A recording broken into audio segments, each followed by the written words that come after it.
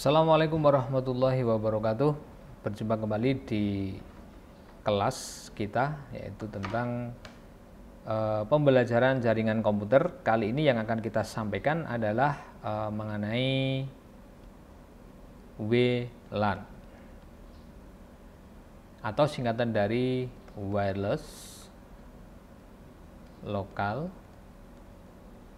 Area Network.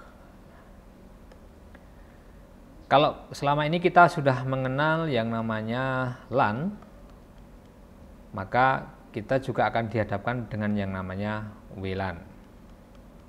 Karena dua tipe jaringan ini atau dua metode dari hubungan ini, dari jaringan ini, dia akan saling terkait ya, saling membutuhkan. Tidak hanya LAN saja, tidak hanya WLAN saja. Tetapi barangkali untuk jaringan yang dengan skala yang kecil bisa jadi hanya bisa memanfaatkan salah satu saja, boleh saja. Dan tidak harus dua-duanya dijalankan. Tetapi untuk skala jaringan yang luas itu biasanya, umumnya itu dua-duanya akan digunakan dalam waktu yang bersamaan dalam pengaturan yang sama. Oke, akan kita lihat terlebih dahulu perbedaan antara keduanya tentu saja.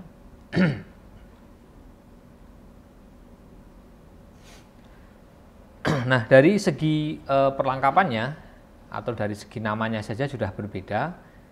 Ini akan mencerminkan apa saja yang dibutuhkan untuk membangun dua tipe jaringan ini. Jadi fungsinya sama, hanya berbeda pada media transmitternya saja ya. Jadi media transmisi, bukan transmitter ya, transmisi data itu berbeda antara WLAN dengan LAN. Kalau LAN itu tentu saja kita masih berbasis kabel ya, atau wired.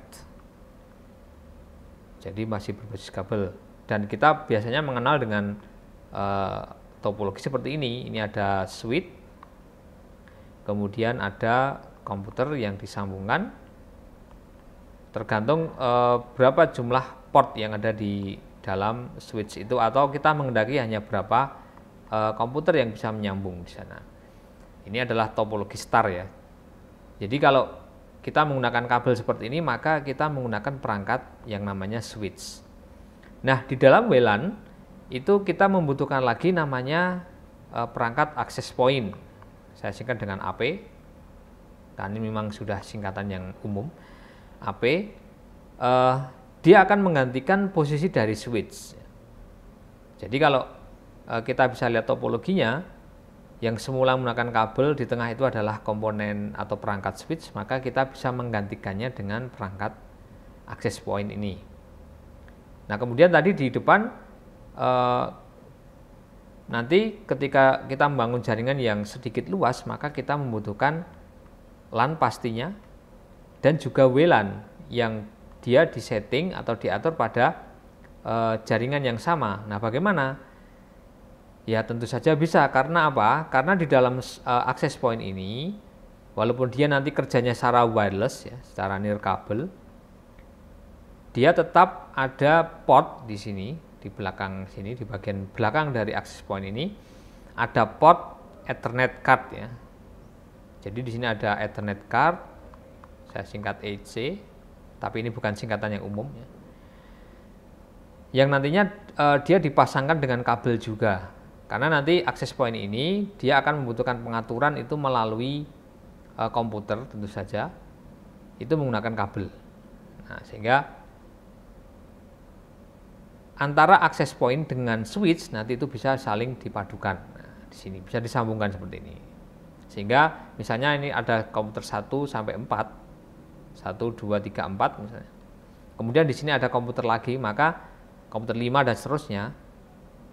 Maka antara komputer 1 dengan 5 itu bisa nyambung dengan bantuan switch dan wireless ini. Ya, akan kita lihat dulu topologinya. Jadi sebelum ke topologi, jadi yang memudahkan adalah medianya ya. Jadi kita butuh media tambahan namanya access point untuk membangun sebuah WLAN. Nah, ini topologi sederhana dari WLAN. Jadi ada satu titik tengah, ya, seperti halnya di LAN tadi ada switch yang ada di tengah. Yang masing-masing komputer, masing-masing perangkat atau device yang nantinya ingin dihubungkan ke jaringan, dia harus memiliki modul WiFi. Ya. Makanya di sini saya gambarkan ada perangkat smartphone di sini. Dengan notabene di sini sistem operasinya pun juga berbeda, ya. Sehingga platform berbeda. Kalau kita bisa lihat di sini adalah laptop, dia menggunakan Windows misalnya, atau menggunakan Linux atau menggunakan Mac OS. Sedangkan di sini misalnya menggunakan sistem operasi Android, atau mungkin bisa menggunakan sistem operasi yang lain, ya, misalnya iOS, ya, menggunakan sistem-sistem yang lain, ya, yang berbasis mobile. Dan yang di sini juga berbasis komputer seperti halnya di laptop, dia bisa menggunakan Windows, dia bisa menggunakan macOS atau menggunakan Linux. Nah, sehingga access point ini dia bisa menjembatani device, perangkat-perangkat yang nantinya akan dihubungkan di jaringan ini yang berbeda platform, berbeda sistem operasi. Contoh beda platform itu adalah beda sistem operasi. Jelas segi hardware-nya pun juga berbeda. Walaupun namanya sama, tetapi dari kualitas ukuran itu juga sangat jauh berbeda. Nah, kalau kita lihat di sini, komunikasi yang berbasis nirkabel tanpa kabel ini ada simbol sinyal di sini, ya, sinyal WiFi. Nah, syaratnya ketika kita mau membangun WLAN, perangkat-perangkat yang akan kita pasang harus mempunyai modul WiFi tadi. Saya yakin semua smartphone yang kita gunakan saat ini tentu saja pasti punya ini. Laptop yang kita gunakan juga menggunakan modul WiFi yang sudah ditanamkan di dalamnya.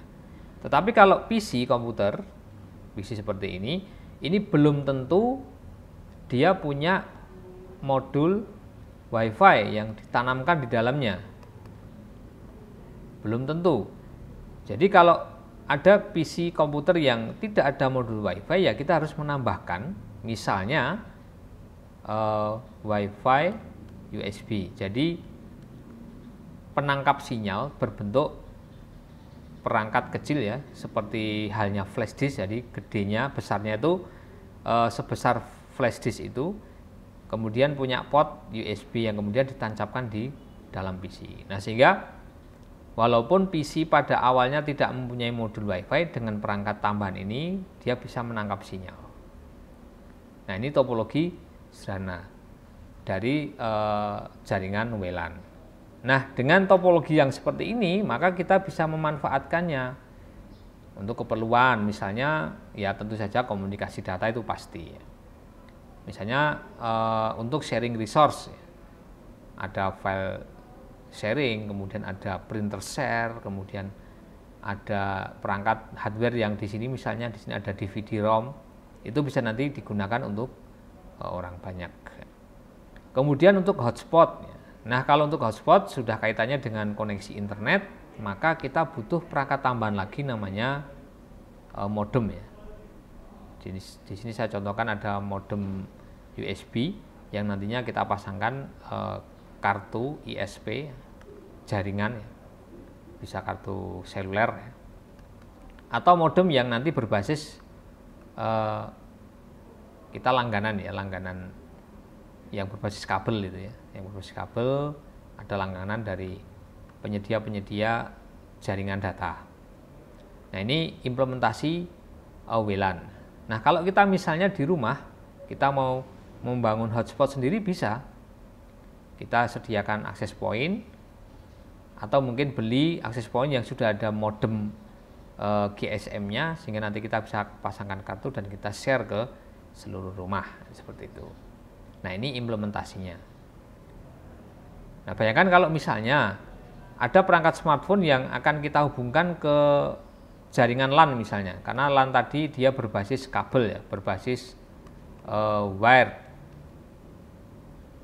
Kalau komputer dan laptop pastinya dia punya Ethernet card yang nantinya bisa dihubungkan di switch.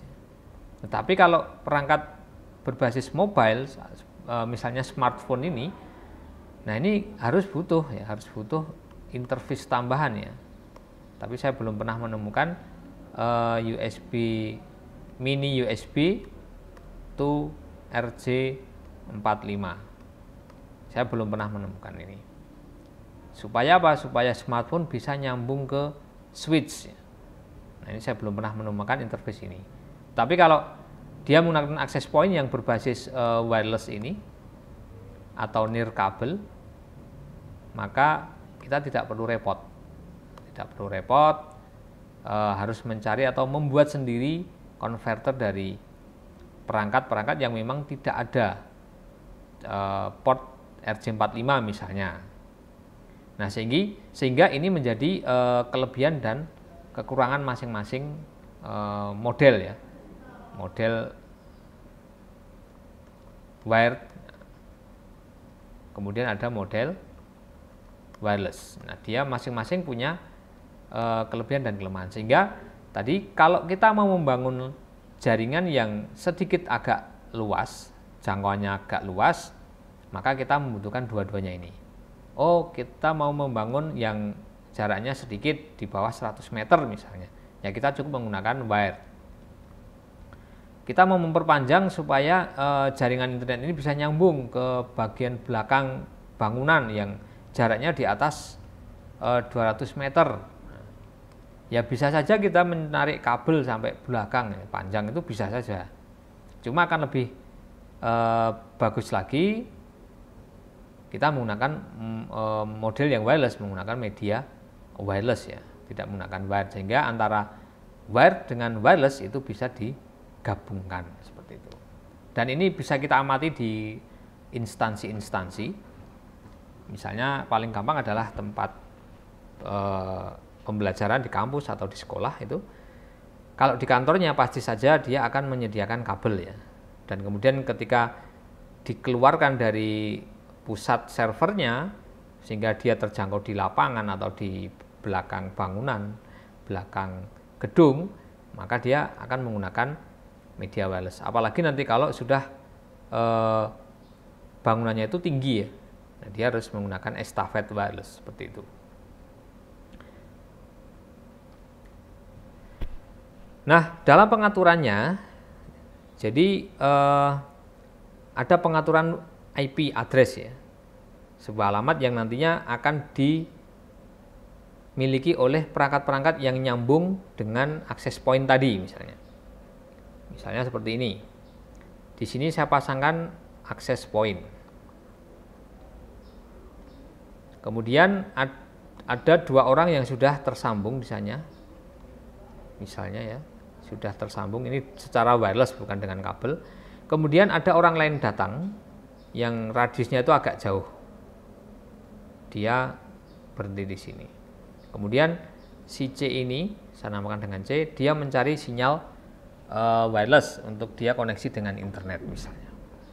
Nah, maka dia harus mencari sinyal yang terdekat. Misalnya di sini ada AP. AP ini digunakan untuk hotspot. Nah, kemudian tiba-tiba dia bisa nyambung.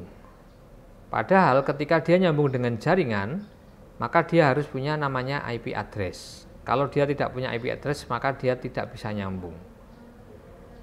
Kenapa dia bisa nyambung? Karena dia punya IP address. Siapa yang memberikan? Dia diberikan IP address ini secara otomatis. Atau istilahnya adalah DHCP, Dynamic Host Control Protocol. Siapa yang memberikan IP secara otomatis? Dia adalah access point.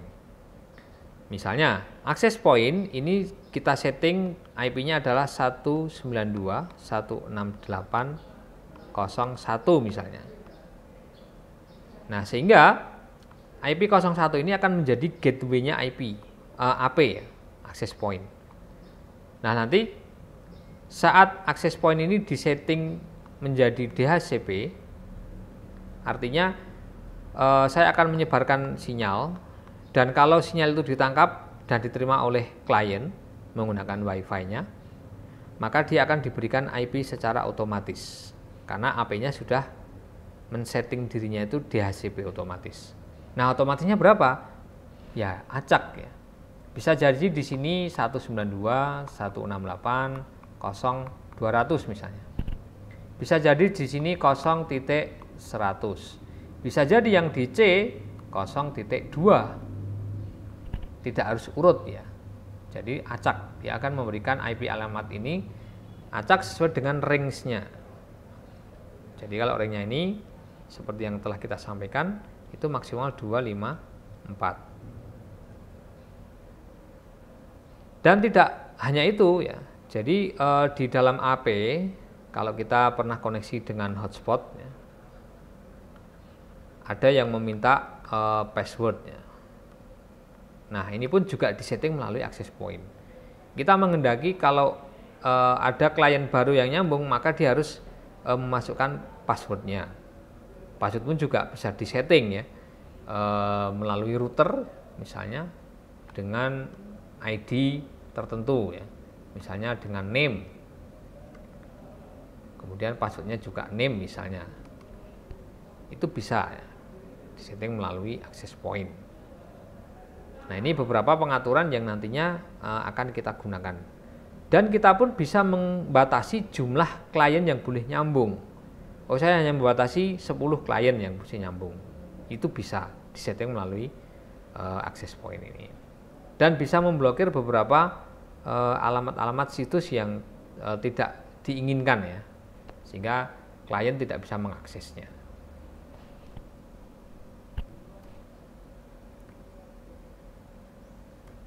Nah, ini adalah simulasinya seperti ini. Jadi ini dibayangkan sebagai access point yang di tengah ini. Kemudian ini adalah kliennya yang terkoneksi secara wireless ya.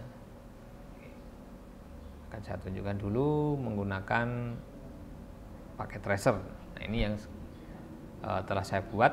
Ini kalau saya berhubung antara smart mobile dengan laptop, maka dia akan sukses ya.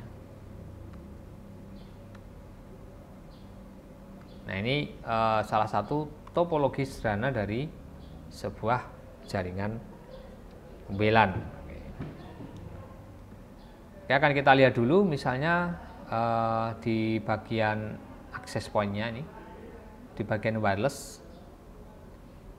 Oke. Kita akan mengetahui IP yang diperoleh oleh masing-masing klien itu berapa. Akan kita buka dulu di laptop misalnya. Kita buka desktop, command prompt, kita cek IP config. Oke, di sini diperoleh alamat IP-nya 0101. Kemudian yang di sini akan kita cek IP config. Ini 102 kebetulan urut ya. Kemudian di PDA-nya IP config 100. Nah, dia urut ya, 100, 101 dan 102. Berarti di dalam access point ini dia punya pengaturan IP 192.168.0.1. Sehingga nanti kliennya ya dari 2 sampai dengan 254. Oke, ini penjelasan tentang apa sih WLAN dan apa bedanya dengan LAN ya. Jadi semoga bisa dipahami, dan kalau kita mau membangun WLAN di rumah, nah tentu saja kita harus punya perangkat yang ada di tengah ini, namanya adalah access point. Sekian penjelasan singkat tentang jaringan WLAN, semoga menjadikan manfaat. Sampai bertemu di pembelajaran selanjutnya. Assalamualaikum warahmatullahi wabarakatuh.